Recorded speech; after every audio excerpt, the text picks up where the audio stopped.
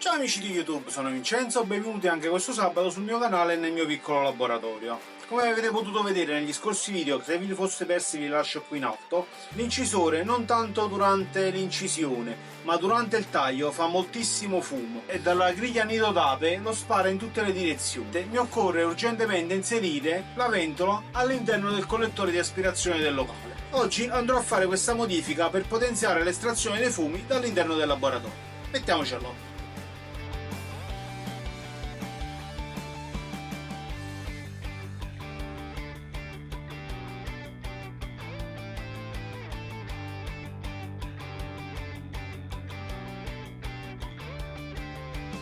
Per chi non ricordasse il video nel quale ho costruito il collettore di aspirazione per il laboratorio, ai tempi della cabina di verniciatura pieghevole, adesso vado a ridisegnare la piramide di estrazione inserendo all'interno la ventola di potenziamento. Ho recuperato il disegno in SketchUp che avevo fatto ai tempi del video dell'aspirazione. Ora, stesso su questo disegno, vado a disegnare le parti per aggiungere la ventola e ristampo tutto.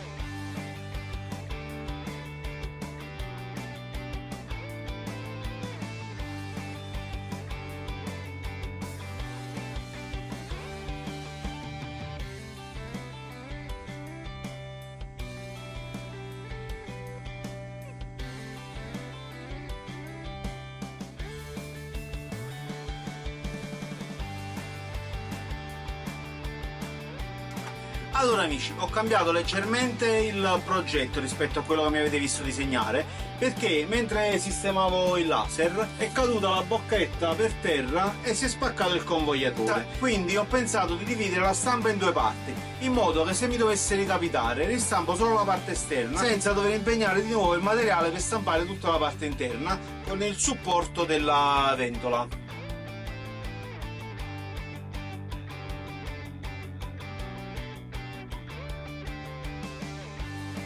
Con la stampa già in corso mi sono ricordato di avere conservato un connettore da pannello di quelli per la presa elettrica, quindi una volta terminata la stampa creo il foro della misura adeguata per poter inserire il connettore recuperato.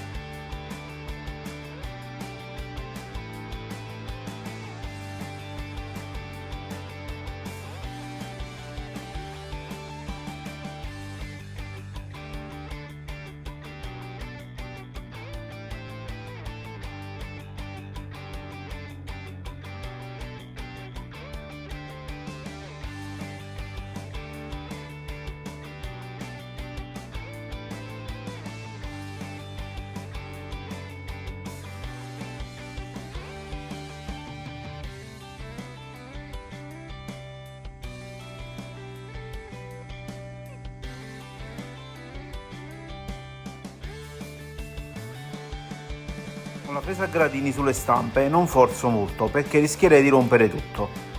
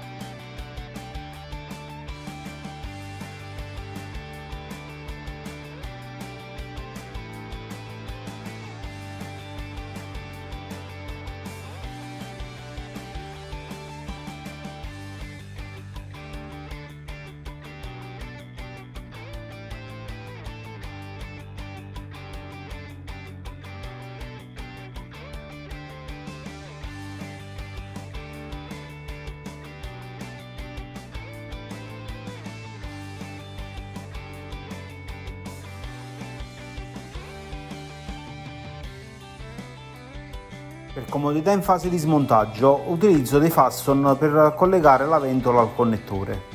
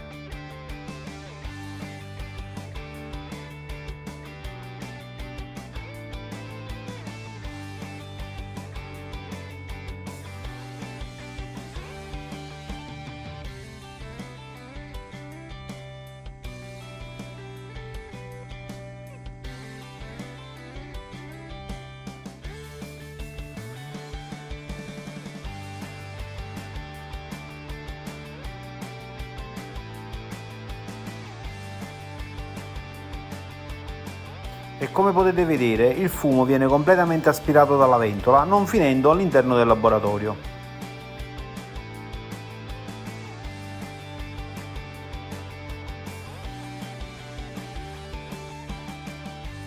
Ed eccoci amici, anche per questo sabato è tutto, tranne in un paio di punti sporadici dove ho visto uscire del fumo.